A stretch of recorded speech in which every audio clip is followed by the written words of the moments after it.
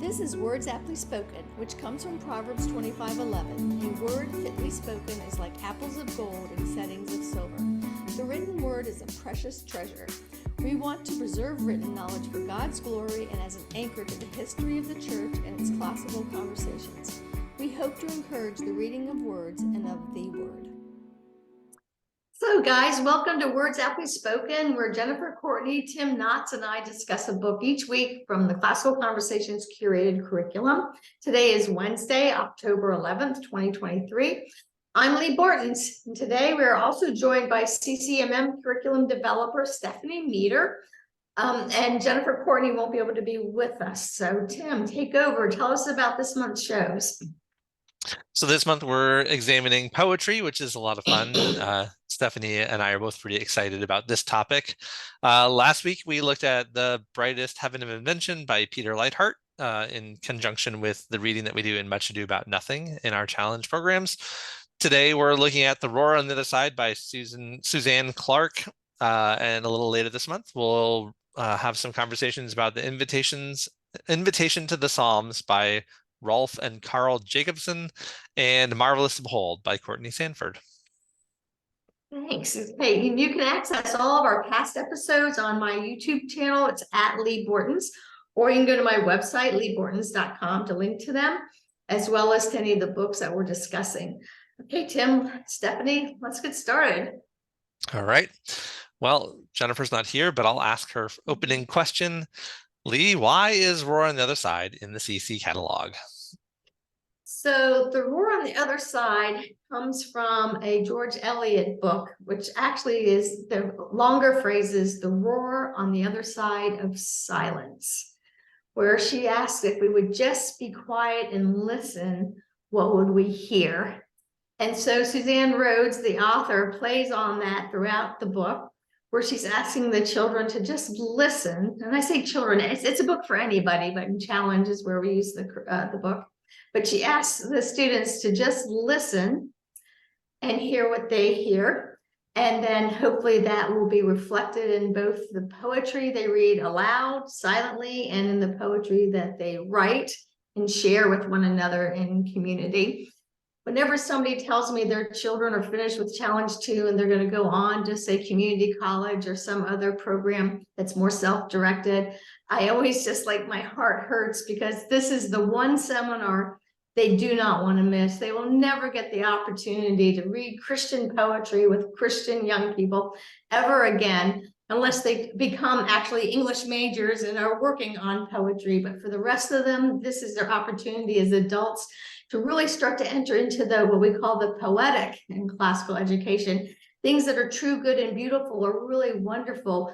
But what if you could say the true, the good, and the beautiful with the best words and the best images? And Challenge 3 and Challenge 4 gives our students a lot of opportunities to do that. So that's why this book is in our curriculum. I appreciate this book because it really does help students to write something that's worth writing at their age, as opposed to a lot of the drivel and self-indulgent garbage that comes out of most teenagers trying to write poetry. And I speak from experience. Stephanie, The Roar on the Other Side is different from a lot of the other books that we have in our catalog. Can you tell us a little bit about what the book is for and what its form is like? Yes, so it's a poetry studying and writing book, as Lee kind of talked about. And it just helps students to appreciate poetry, and it teaches them a little bit of how to approach poetry, because it does tend to be one of the forms that people find intimidating, or just out of reach reading it, and especially writing it. So this has practices and exercises to help a student or anyone see the world more richly. It has some practical exercises that you can do to hone your skills in attending to things and working through metaphors. So it walks you through writing poetry, but also she just does a good job of pointing out how to read poetry and how to notice things, kind of becoming more poetically literate, because it is a type of literacy, knowing how to read the words and appreciate the sounds and the meanings and look a little bit deeper. And I think it helps us too to appreciate some of what's being done in the Bible, because the Bible does have some beautiful poetry. And if you get practice reading poetry, you can appreciate that part of scripture even more. Yeah, there's quite a bit of poetry in the scriptures, as you were just mentioning. Obviously the entirety of the book of Psalms, which is the largest book and contains the longest chapter in the scriptures, is all poetry. Our church is currently working its way through Psalm 119, which is actually an acrostic poem, which is pretty cool. And there are other poetic passages in the scriptures too. You see some poetry in Proverbs, in the songs, right? There's a lot of songs in scripture. The Song of Moses, for example, back in Deuteronomy. And I think poetry is especially fascinating because Robert Frost is one of my favorite poets. Being a New England boy, he speaks my language. And one thing he said, this is one of my favorite quotes that's not from a poem, but is about poetry by Robert Frost. He said, "Poetry provides the one permissible way of saying one thing and meaning another."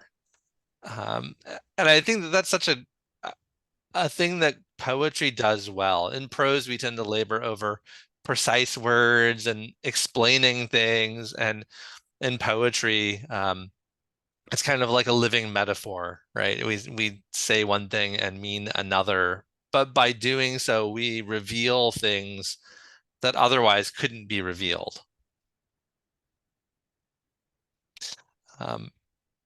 So one of Suzanne Clark's suggestions for writing poetry is to begin by keeping a commonplace book.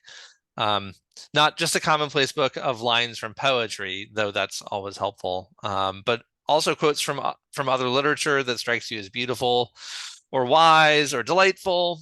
Lee, what are your thoughts about commonplace books in general, or particularly with regard to poetry? Yeah, I think that it's probably a hard idea for a lot of young people. Journaling is not necessarily the thing of the times.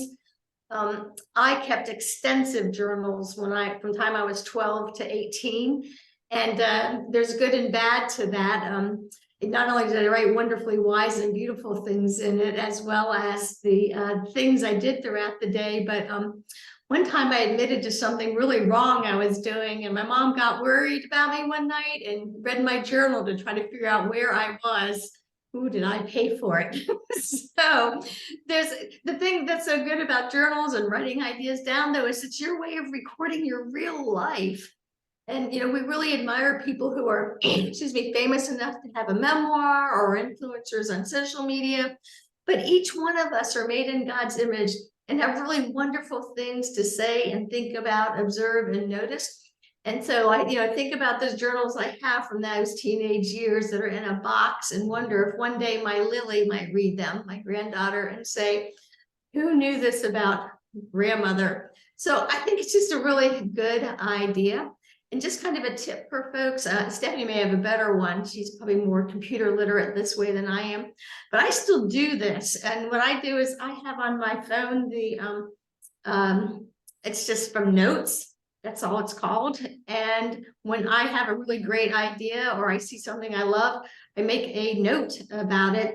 And that's what I pull from when I'm giving my speeches or working on podcasts later, is those notes. So I find it very, very helpful to do this, and I hope more people will. Stephanie, what about you? Do you keep a commonplace book or a journal of thoughts and ideas and quotes? So I do a little bit of what Lee was saying. I have a note that's just things that I come across. But I've been meaning to start a handwritten commonplace book, because a lot of people on our team do that. And I think it's a beautiful idea. I think part of the reason why it's harder for me to do a handwritten is that it's harder to search. It's easier to search digitally. And if I'm trying to find something, I tend to lean that way. But there's something about writing by hand that it helps you remember things better. It helps you experience things in a different way. So I do want to get back to, I was a huge journaler as well. And so I want to get back to that. It's one of my goals. One of the stories I have about journaling was to do with my father. he was an engineer, an old school engineer, and he had that really meticulous block print handwriting that I knew so very well. Well, after he passed and my mom passed, we were going through old records, and I found this a beautiful journal about this amazing trip some young person took through Europe when they were like 19, 20 years old. And it was in cursive. And I read this journal and just like going, who could this possibly be? It was the most fantastic stories. And near the end, the person switched to print. And I went, this is my father. And it just made me love him even more, even though he'd passed on. And then, don't you want your legacy to be that? So I just really want to encourage folks. And this is again why I challenge 3 and 4, where the students actually get to have a lot more free forms in their writing and their speaking. It's a really good time to pick up this habit. Yeah, just to speak for a second about that electronic versus handwritten. These days, you can even buy some tablets that will let you handwrite into them, and then they're searchable, which is pretty amazing. So if you're reluctant to keep a handwritten journal because it's not searchable, maybe there's a solution for you. But I think Suzanne Clark's particular advice here is about collecting the beautiful and the meaningful things that you've encountered. So some of them may be your experiences, but a lot of them are quotations or perhaps entire poems.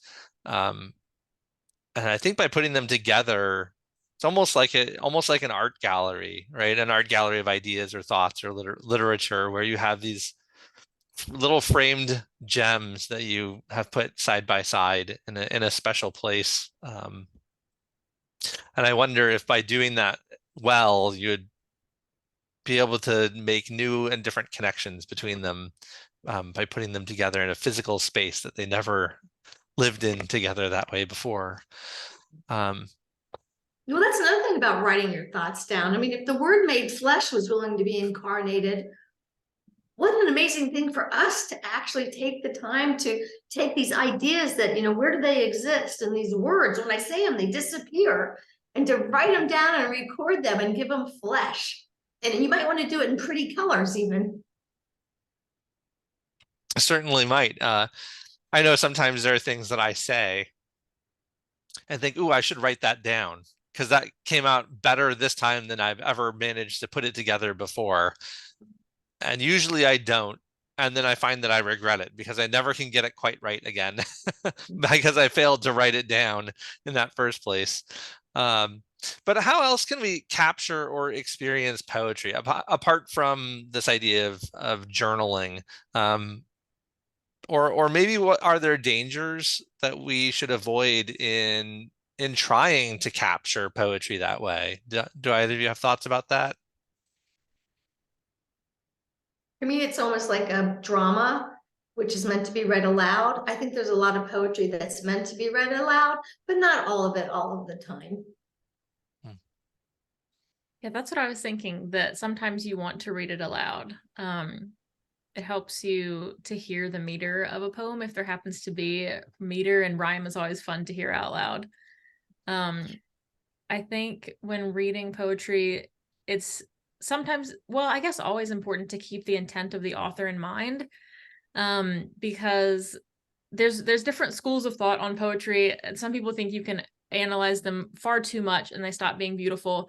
I tend to be in the other camp that thinks, how much can I get out of this? Like, what can I see? What did the author put there? What maybe am I just adding to it, but it's connotations or just allusions that I'm seeing? So I guess that's kind of a danger and a way to experience it. Maybe knowing if the author was the type of writer to put these types of things in it, so that at least when you're going off on your own and it's no longer what the author intended, but is still speaking to you. So don't be afraid to read into things, but also, be respectful of the poem. It's kind of like the danger that I see is when people begin to deconstruct it in a modern way and don't pay attention to the time period of the author. And it makes it say things that it doesn't mean at all. And I've heard that in other podcasts. So for instance, Shakespeare can really get taken out of context because they're not, people who read it today aren't necessarily familiar with the culture of the time.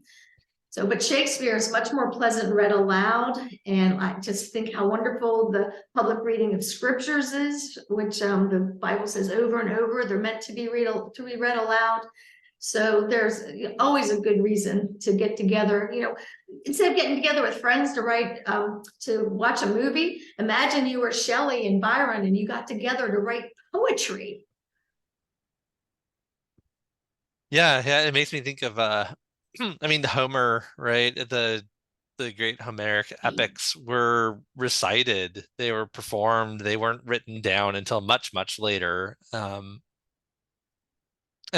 I sometimes wonder a little bit, always very thankful for things that are written because that's the way we encounter them most. But I also wonder a little bit at what is lost when we encounter something in writing that was really meant to be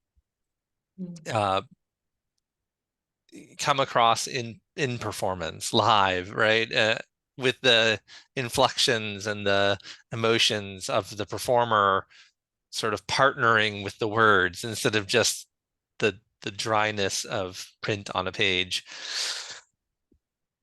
Well, we're about halfway through our time together. So Lee, you want to thank our sponsor? Thanks, Tim. I always appreciate the opportunity to thank classicalconversationsbooks.com, where you can purchase the books that we're discussing in our book club. As well as remember to go to leebortons.com or on YouTube at Lee Bortons in order to listen to past book clubs that we've had on Words Aptly Spoken, as well as some other book clubs and podcasts I'm part of. So next week, we're going to be discussing Invitation to the Psalms by Rolf and Carl Jacobson. And I just am really appreciating doing this thematically and how Jennifer arranged it, because a lot of things we talked about last week, and now about Shakespeare, and this week about poetry in general, and next week we'll be able to talk about them again on Invitation to the Psalms, because like you just said, the Psalms are poetic. And this is a guide to appreciating the metaphors and theology of Hebrew poetry, which is very different than, say, our analogies book, where we look at rhetorical devices and look at how words can be used in general. And so we're just looking at poetic uses of words in so many different ways within the CC curriculum. So next week, we're going to be looking at the Psalms. So Tim, let's get back to our discussion. Great. So in the second half of our time together, we like to dig into the book a little bit and talk about it. Suzanne Clark begins this book with an anecdote that really speaks well of one of our 5 core habits, attending. And she tells about an encounter with a stranger on the beach who was finding shark's teeth, something that she'd never done before. And so I'll read you a little bit of the passage. She writes this. "Here's what you look for," the man said. "The fossils are shiny black, blacker than any other object on the beach, and they won't break as shells will. Since then, that's Suzanne, the author, have sat down by myself, by many a shell-studded sand mound, and plucked out shark's teeth by the dozens. The young man had taught me how to see. Henry James, the American novelist, gave advice worth following. Try to be one of the people on whom nothing is lost. A well-trained eye sees the world in particulars. You are learning to write poetry. You must learn to see." You guys have thoughts on that passage? I like it so much, I just want you to read it again. You don't have to, but just this whole idea of that poetry lets us see things and try to be one of the people on whom nothing is lost. That's how I feel about like math. Math helps us to see the unseen. Language studies helps you. Anything where you just look at the particulars will make it so the world opens up. I even think about like when one of my sons was taking art lessons, and for 4 weeks, all he did was draw lines. And he came home one day from class and just said, "Mom, all I can see is lines everywhere. I never saw before. The whole world's proportional and there's lines everywhere." And that's what Suzanne's trying to help us do with connecting the words to those things that we see that are in creation. This practicing of attending is something I'm trying to sort of reclaim in my life. As a kid, I think I was observant, But these days it's harder in smartphone culture because there's not as many times where we're just sitting and attending to what's around us, whether it's people or nature. Kind of the knee-jerk reaction is just to pick up something and distract yourself. So I've been trying to be better about this, and I love that she brings this up, that part of writing poetry is first experiencing the world in specific ways and then trying to figure out how to express that. One of my favorite things in writing is just when an author describes something so mundane, but in just the exact way that is exactly what it is, only you'd never would have thought to say it like that. I pulled out The Great Gatsby when I was kind of thinking about this concept, because I just think Fitzgerald in that book does a really good job of describing the mundane things in a way that's beautiful. And he describes this little dog biscuit that has fallen into a saucer of milk, and he says that it decomposed apathetically in the saucer of milk all afternoon. And that's exactly what that looks like. And so just that ability to notice things poetically and then say them poetically just by paying really good attention around you. I love that. I think there's maybe two layers to this, right? There's that idea, Stephanie, you were just sharing about seeing things in the world around you and being able to convey them. The other piece is, having written some poetry,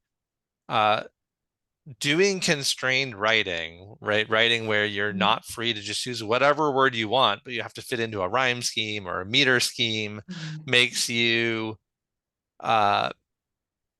consider carefully and sort of weigh every word. Is it the right word? And not just the right word for the idea, but the right word for the place it falls within the line or within the stanza. And so you have to attend not only to the things you're describing in your poem, but also to the very words themselves. And I think that makes you a better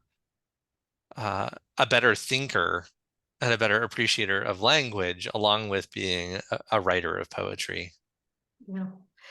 I think about how prevalent poetry is in our culture and how much it's admired, with people not even recognizing it. So for instance, our littlest children love nursery rhymes and sing song, and we sing and play kind of things. But even as we get older, we love music and we love the lyrics, and people forget how much someone struggled, because you talked about constraining the writing for your lyrics to match the music. They're very constrained, and yet to be a good song, we have to want to understand it and be able to listen to it. And even some of that crazy stuff from the 70s or 80s, like, The Walrus by the Beatles and things like that, which I still don't know what it means. The words were pleasant and they went along with the tune itself. And so when people say they don't like poetry, I think we know they are just using the word in a really narrow sense, instead of the whole human nature is poetic, because we were all born with a beating heart, and that pulse lines up with so many things we do, whether it's jogging and running, or it's just speaking clearly or singing a song. Our bodies are meant to be rhythmic. And so here's a chance as Christians to talk about things with this wonderful author leading us. Yeah, I think, and as a Christian, and especially one who was raised in churches where we sang hymns, the poetry of the church's hymnody lives strongly inside of me and in a lot of Christians. And the meter and the poetry of those texts makes them so memorable. I had a good friend who once said that if you want to argue theology with most Christians, they won't argue with you from the Bible. They'll argue with them from the songs they know from church, because those are the things that stick with them. One particular stanza from a hymn that I love because of its beauty is "My God, how wonderful thou art," as a beautiful hymn. And the last stanza says, "Father of Jesus, love divine, what rapture it will be, prostrate before thy throne to lie and gaze on thee." Right, so this attending idea in the very poetry, but applied to God, so lovely. And so later in the book, Suzanne Clark does make the connection between poetry and faith, which is great. So Stephanie, you want to read us the next section? Sure.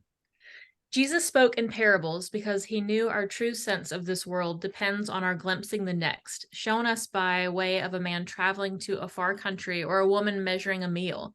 Imaginative language, poetry, trains the mind in faith. For what is faith but divine realities we can only imagine, the substance of things hoped for, the evidence of things not seen. That comes from Hebrews 11:1.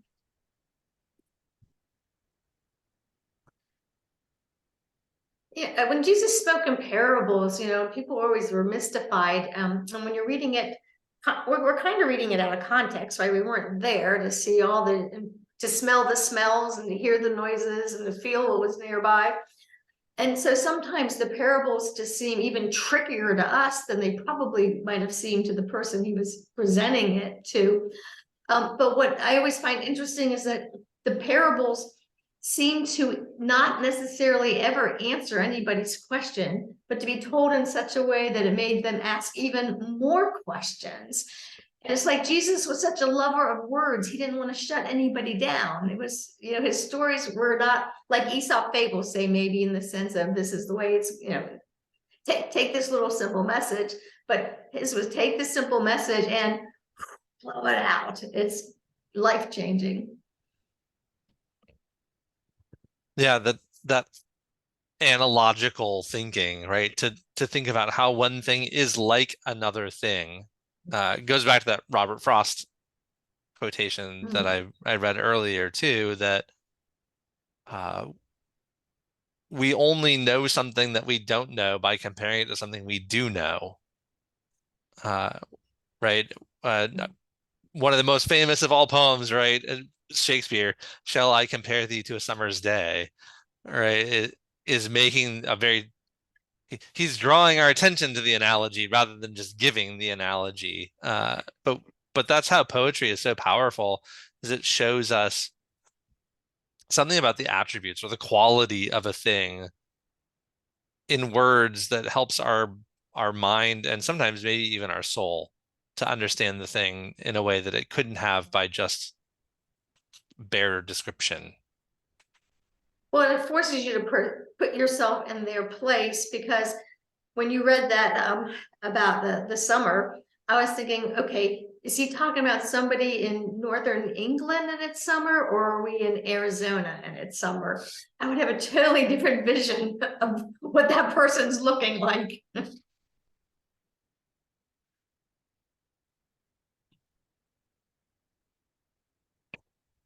Well, we talked about some of the beauty and the creativity of poetry, but we also have touched just a little bit on the idea of limited, right? That there's limitations within poetry, and so even beyond meter and rhyme, there are other limitations in poetic forms, but they can in some ways lead to a kind of freedom. So Lee, will you read our last quote for us? Sure. Poets throughout time and the world have developed molds to fit words into. These molds are called closed, fixed, or received form. Closed form possesses the mind into thought shapes the mind would not have otherwise conceived. One writer, Richard Wilbur, compares it to a genie in a bottle, its power owing to the pressure of confinement. When successfully done, the mold is invisible. The seams do not show. The poem has a kind of inevitability, as if it could not have been written in any other way.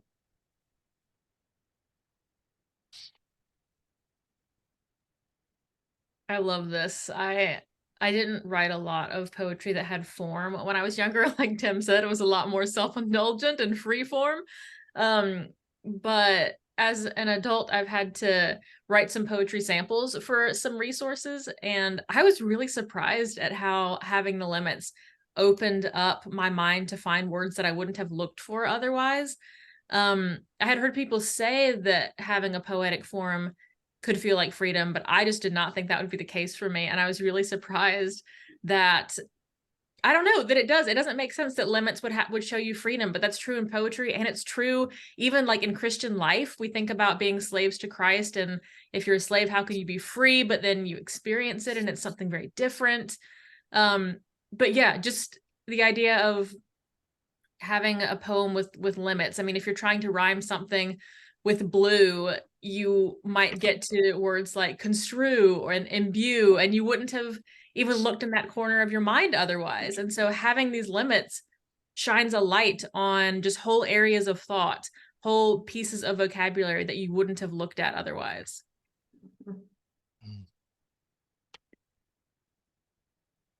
Yeah. Do you have some thoughts, Tim?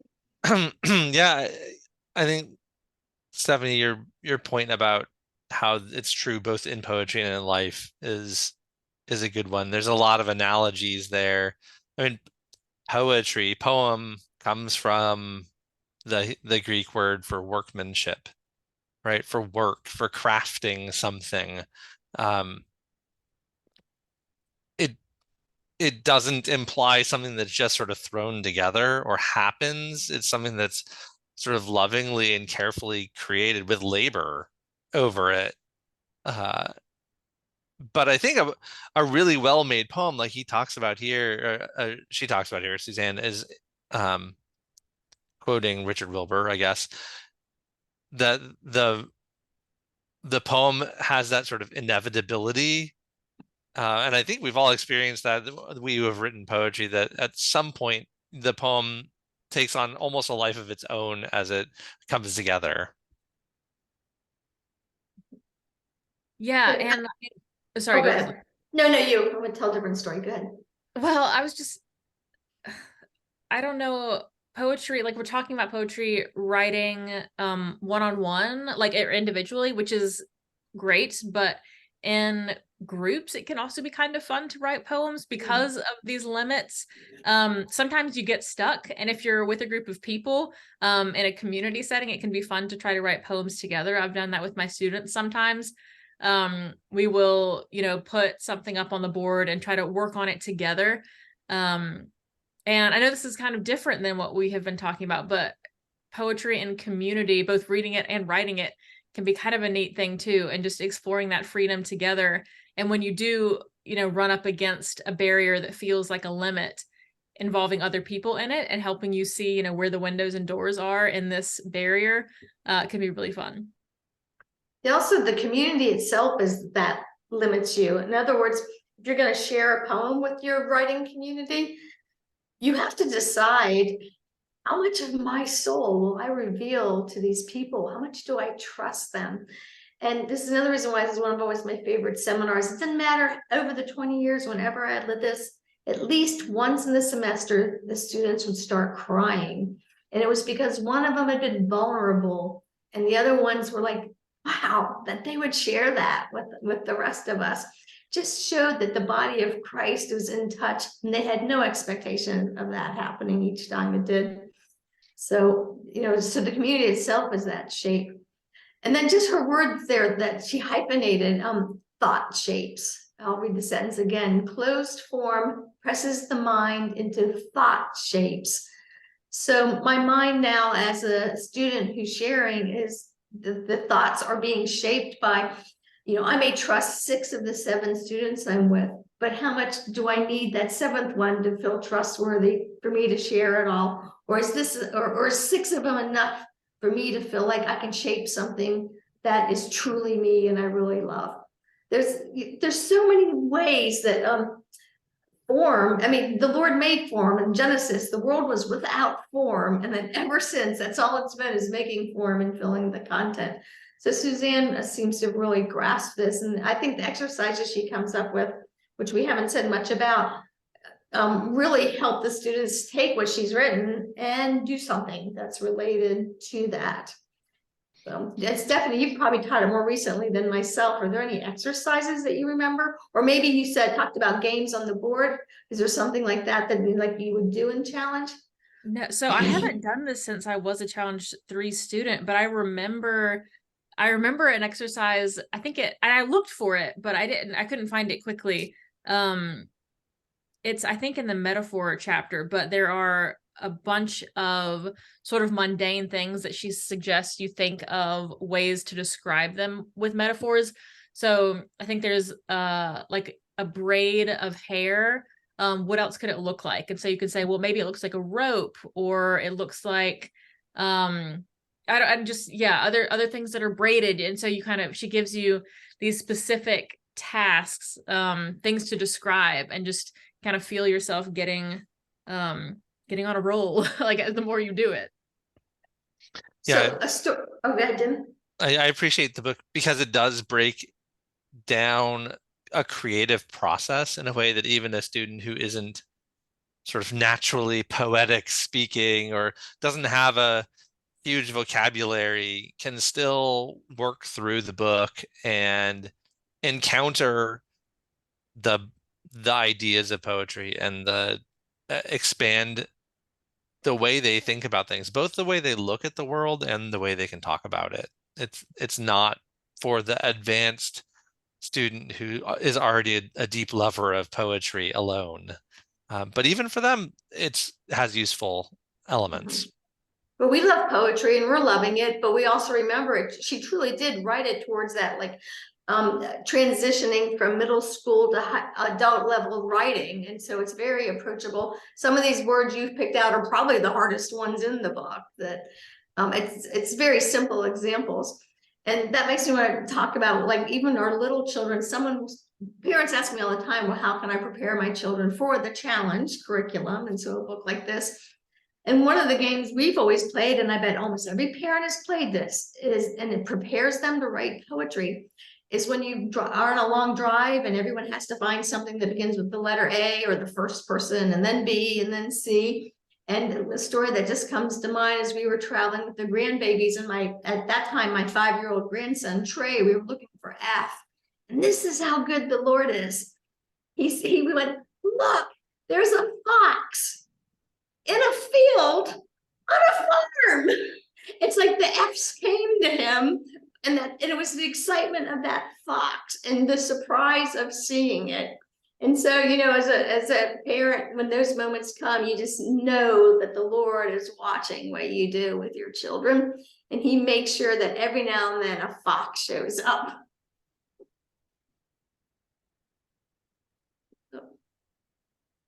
Okay.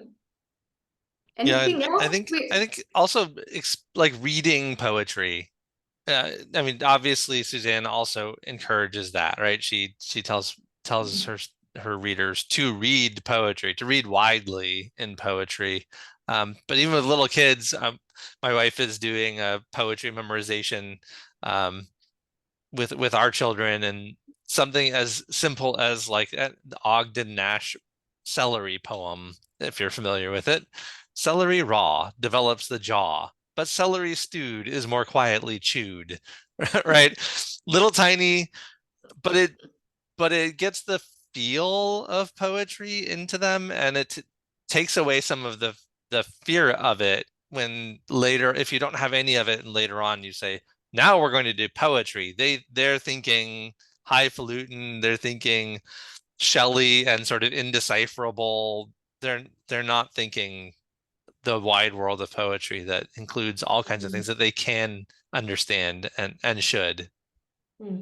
Tim, I can see you running around your house, chasing your children with your claws in the air, yelling, tiger, tiger, burning bright, and things like that. So everyone can get involved. Yes, and there's a lot of great children's poetry. Shel Silverstein and Jack Preletsky, and books and books. A.A. Milne didn't just write Winnie the Pooh. He wrote a lot of delightful children's poetry as well. It's true. All right. Well, this is a good conversation. We're out of time. So I just really appreciate you being here with us. Thank you, Emma, for producing the show.